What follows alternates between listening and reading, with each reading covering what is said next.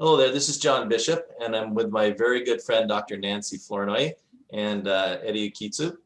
And what we're doing today is we're just going to go through a little presentation about the Nirvana Patch.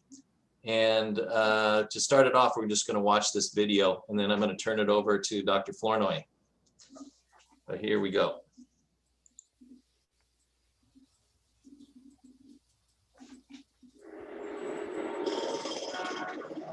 Sometimes life comes at you at 1,000 miles per hour. Picture your daily workload. How do you feel about how hectic life can be? What do the demands of your life sound like? Well, now there's an easy way to cut through it all and discover your personal nirvana. Life is challenging for everyone. We could all use an emotional boost now and then. Can you picture what your life would look like if you were even happier? Even in those moments when you feel a little overwhelmed? Not surprisingly, the answer to this question is directly related to body chemistry. Introducing the Nirvana system, a dual-action mood enhancer unlike any other. Think about that euphoric feeling you get when you flirt with someone you're attracted to. It's actually produced by the body's natural release of endorphins, but it doesn't last very long. And that's where Nirvana does something no other product can. The Nirvana supplement includes a natural seaweed extract that not only supports healthy endorphin production, but its patented stabilization process produces sustained results. So your outlook becomes brighter. Life's stressors feel less overwhelming, and things sound more doable. And unlike its pharmaceutical counterparts that can take 9 or more months to build up in your system, Nirvana does this in just a few weeks. So you get the short and long-term results you want in one convenient system. Completing the system is the Nirvana Patch, a patented technology that enhances your mood with no drugs, no chemicals, and no stimulants. So together, the supplement and patch work synergistically to support a prolonged sense of happiness and well-being. Now you can find greater happiness, even in the most hectic moments, through an amazingly simple and powerful change in body chemistry. Discover your personal nirvana today.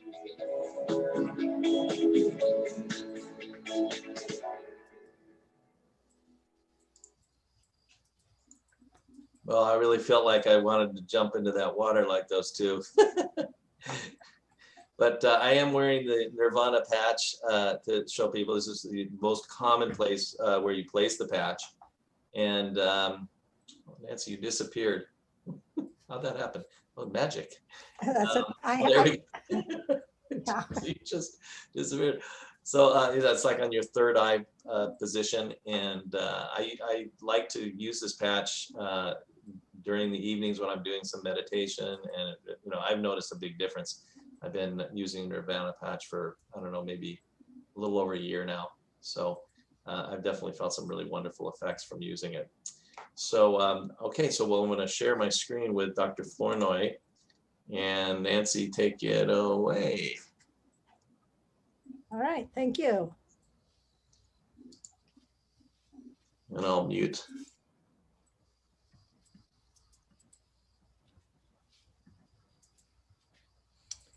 So thank you, John, for having me. I'm Dr. Nancy Flournoy. I'm curator, distinguished professor of statistics emerita at the University of Missouri.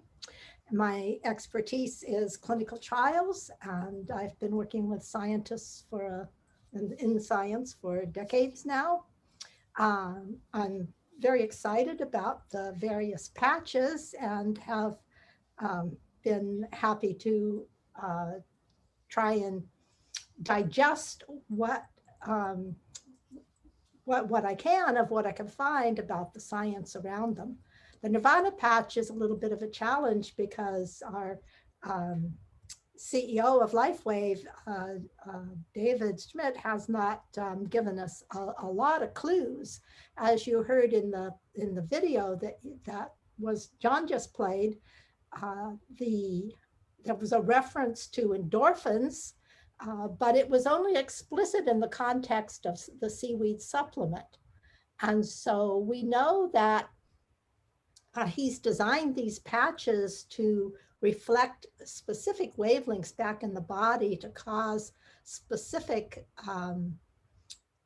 changes, to give specific messages to the body to usually create a particular peptide or something. And we really haven't been told what that specific goal is. So I'm going to talk, but we know that it affects the mood, and we've heard lots and lots of testimonies to the effect. And so I'm going to talk about some things that are known about chemistry and biochemistry and mood, and encourage you all to join my search for greater understanding as to what is going on. So, first thing I'd like to say is that stress is not all bad.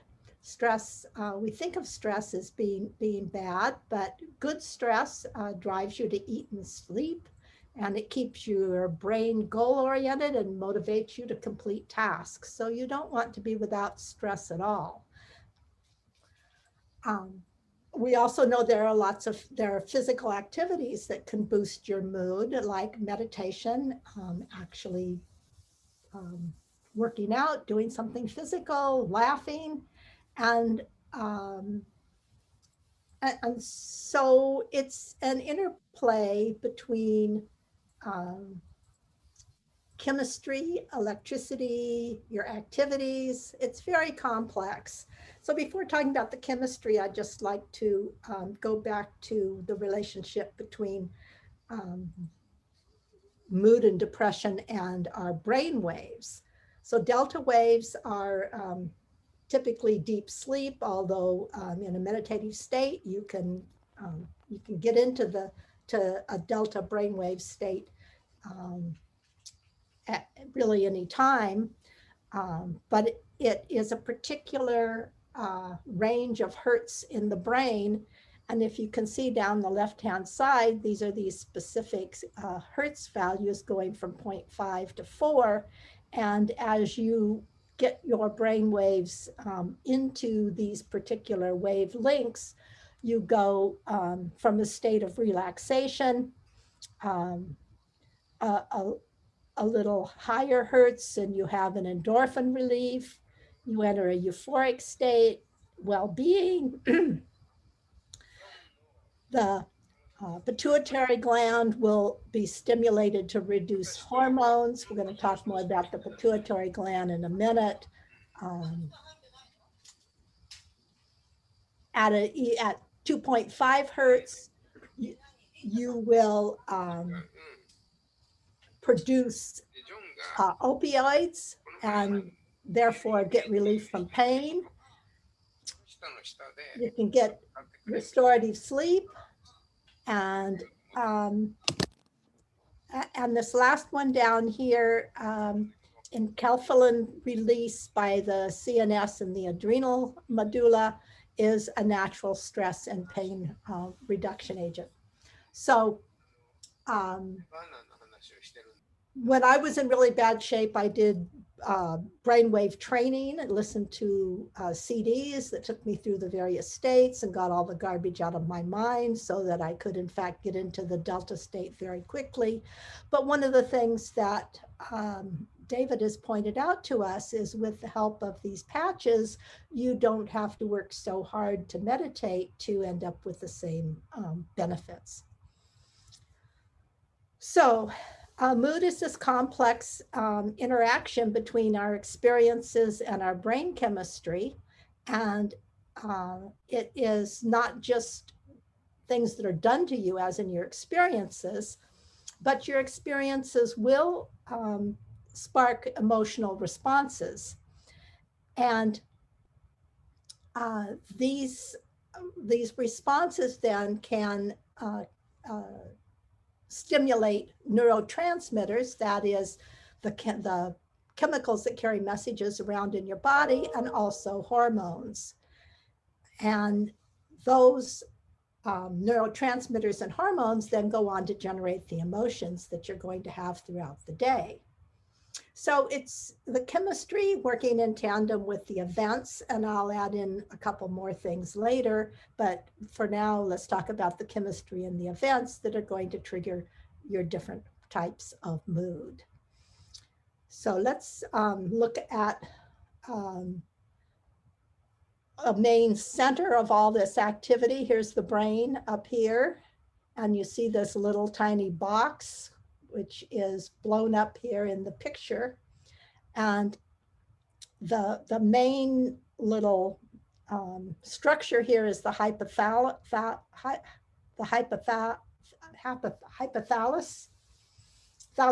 and it's one of the main regulators of the hormones.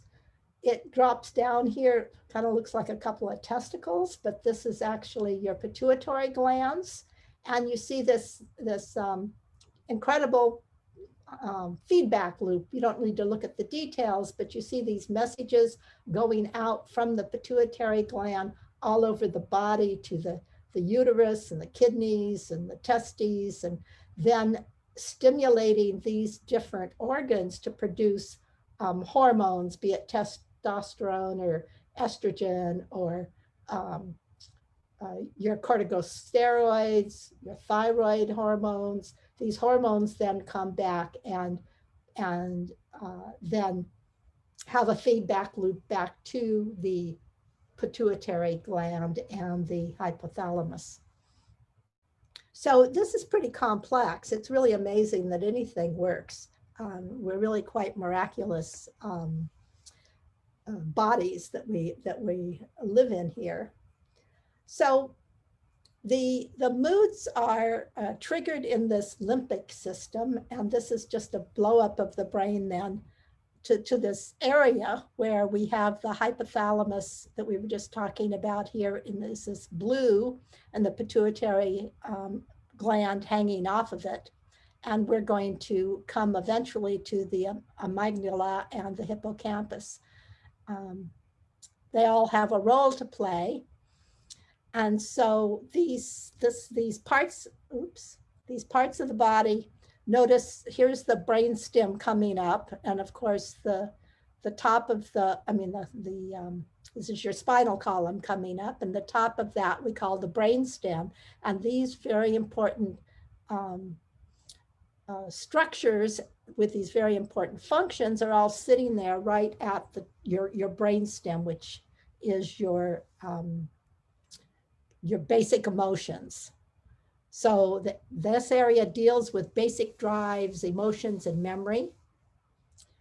The hippocampus, which is over here, is where you do memory processing. The amygdala is where you process your fear and flight mechanism, and it's a major site of aggression.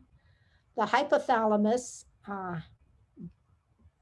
tells you you're hungry, thirsty, regulates your body temperature, your pleasure, and it regulates the pituitary gland, which regulates your hormones. That's sort of what we were looking at in the last picture. So first, let's talk about oxytocin.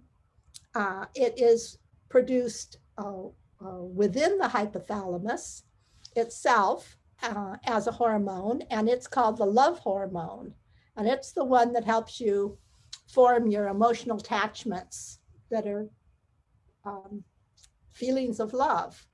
And it's also stimulated when you do things that are loving, as in singing to a children or embracing a loved one. So if you feel loving, you're going to produce more of the loving hormone that's going to make you feel more loving. And it is produced in the hypothalamus, but then it's the pituitary gland that sends it out to the body to give you these good feelings, which of course are somewhat the opposite of depression. Now the endorphins, which is the one set of hormones that we've heard David mention in connection with the Nirvana patch, they're also produced well, they're produced and stored in the pituitary itself. And they're the ones that are opioids. So they are mainly found once they're produced. There's a lot of them that stay in the brain, go to different parts of the brain, the spinal cord, peripheral nerves, and the digestive tract. And they primarily inhibit the communication of pain signals. So if you are in physical or emotional pain, then these endorphins are, really to come to your rescue when you're feeling dire. And one thing that they do is increase what's called dopamine. So they increase dopamine production. And this second little picture down here shows from the pituitary gland the route in which dopamine follows once it's produced, mainly works here in the front of the brain. And it causes you to want, desire, seek out, search. It increases your level of arousal and makes you increases your goal-directed behavior. Notice some of these activities or things that were mentioned in the slide. Again, we don't quite know what that patch is exactly designed to do, but if you have an increased dopamine production, you're more curious about ideas, you're going to search for information, you're like listening to this talk, or it's like me preparing this talk because I want to know more about how everything's working. So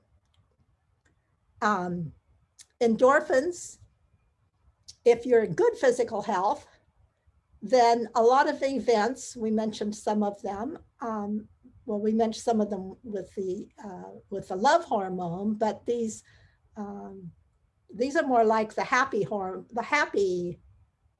endorphins are more like the happy hormone as opposed to the love hormone. So you're going to stimulate their production by laughing, crying, yawning, getting a massage, lots of good natural behavior.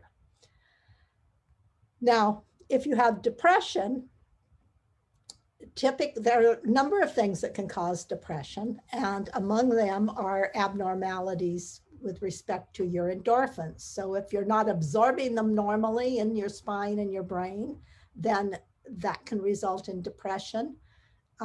You can have physical problems. The endorphins are supposed to go attach to things, reception. They're going to find receptors and attach to different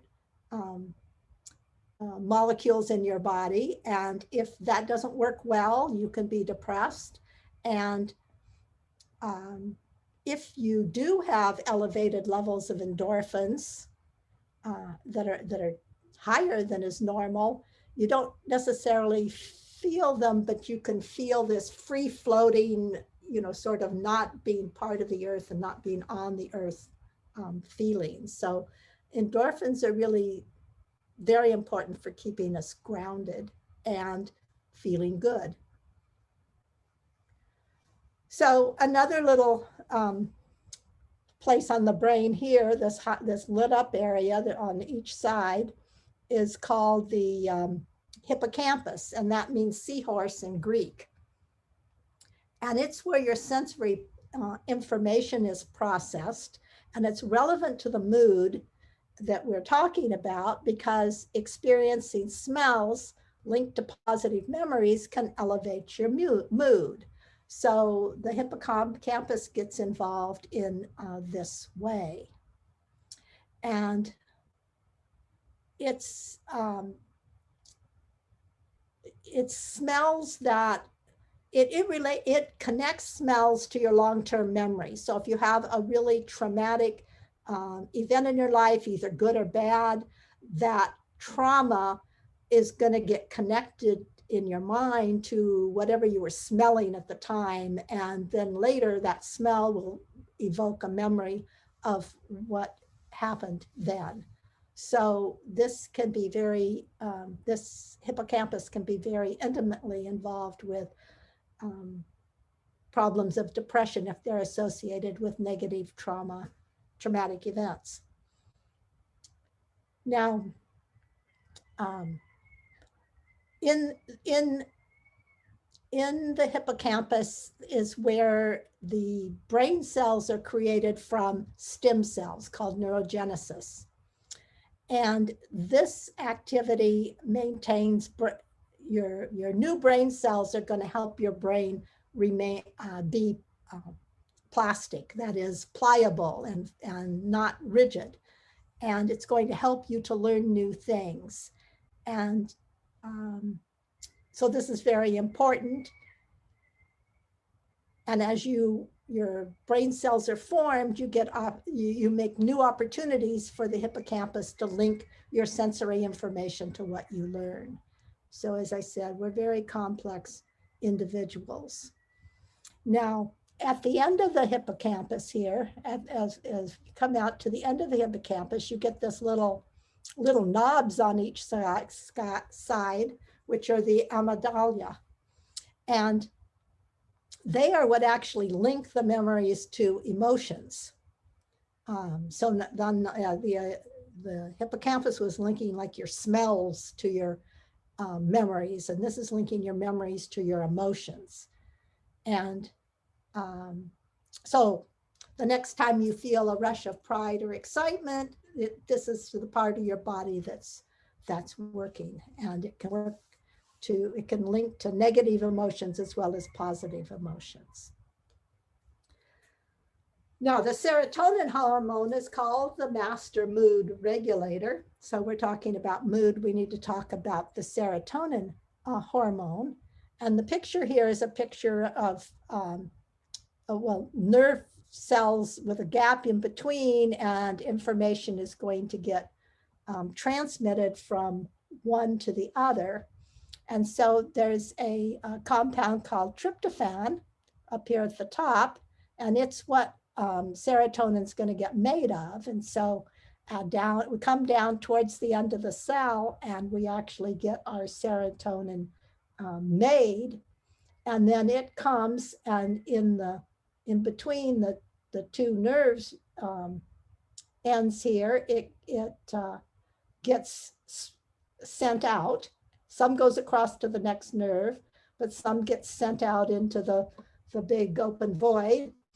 And then when it's done its job, it gets sucked back up here and recycled. So it's important that this whole process work well. The serotonin hormone elevates your mood, in that if you don't have enough, you're going to feel sad and lethargic and sleepy. And if you have plenty, you're alert and content.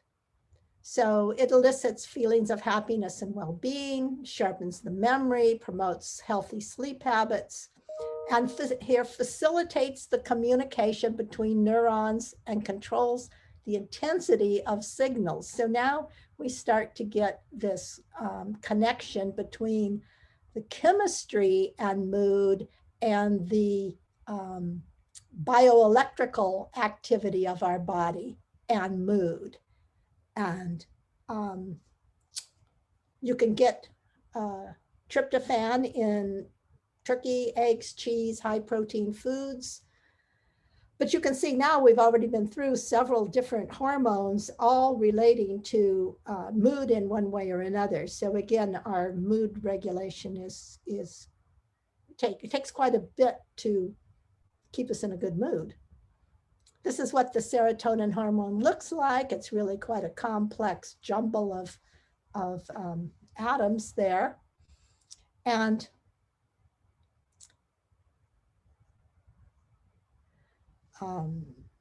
they also believe that serotonin can help you recognize when you're full and prevent overeating and minimize cravings. Well, when I saw this, I immediately thought of the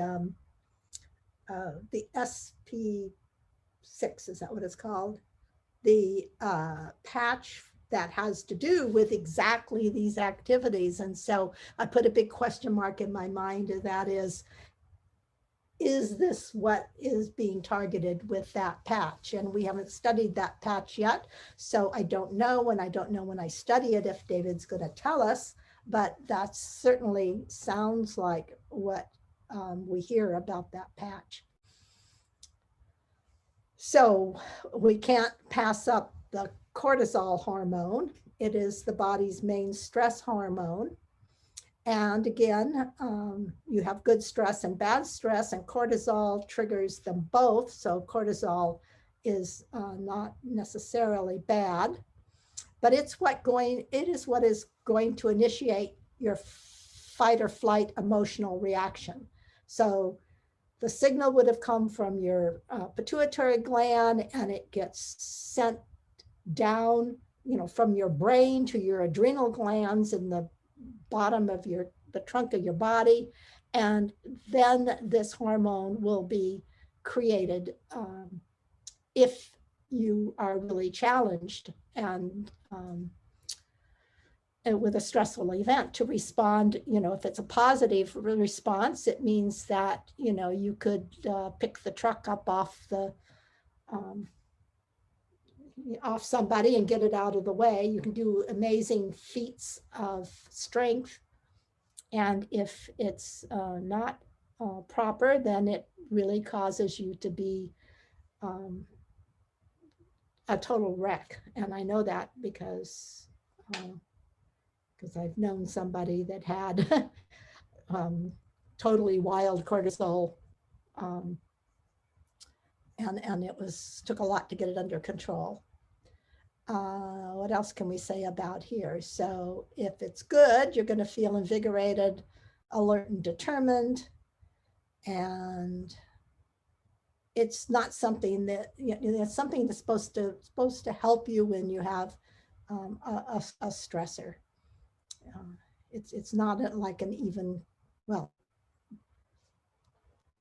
it's for stressful situations. So too much cortisone, you can see here, it goes back up to the brain and makes you anxious, gives you depression and headaches. It can also weaken your immune system, give you heart disease, high blood pressure, high blood sugar, digestive issues, and nerve problems. So you don't want too much cortisol. And here is the relationship between cortisol and mood and interacting with the brain we talked about before. So to keep cortisol from dampening your mood, you can exercise, you can socialize, some of these activities we talked about in connection with the other hormones. And then there's also supplements, which I won't get into, which can help you maintain your cortisol. Now, I'm running towards the end of this discussion, but I had a bunch of slides on this, and we don't have time to talk about it. But I want to read the top here for you, because this is what takes us in a different direction altogether. So recent evidence indicates that problems in information processing with neural networks, rather than changes in chemical balance, might underlie depression. So we sort of got a hint of that when we were looking at those two nerve cells and talking about, what needed to get across the nerve cells, across the gaps between the nerve cells. But this is again moving towards the electromagnetic functioning of the body as opposed to the chemical part of the body. And it is more directly related to light. And so they found this paper, this is brand new 2021, that is on sunflower seed protein prevents depression by promoting neurotransmitter production and preventing oxidative stress.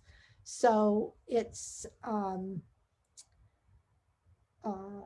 again, and then there's another paper which connects this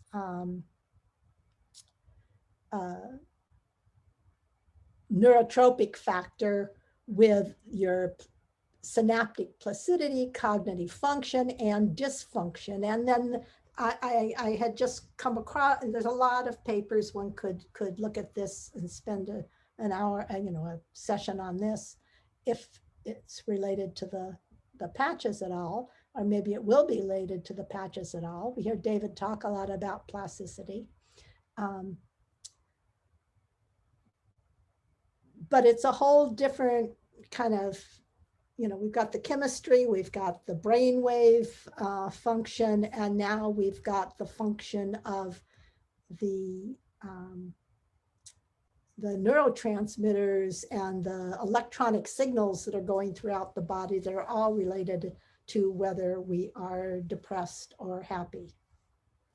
And so I am going to quit there and be happy to answer questions or take notes about questions that we might pursue.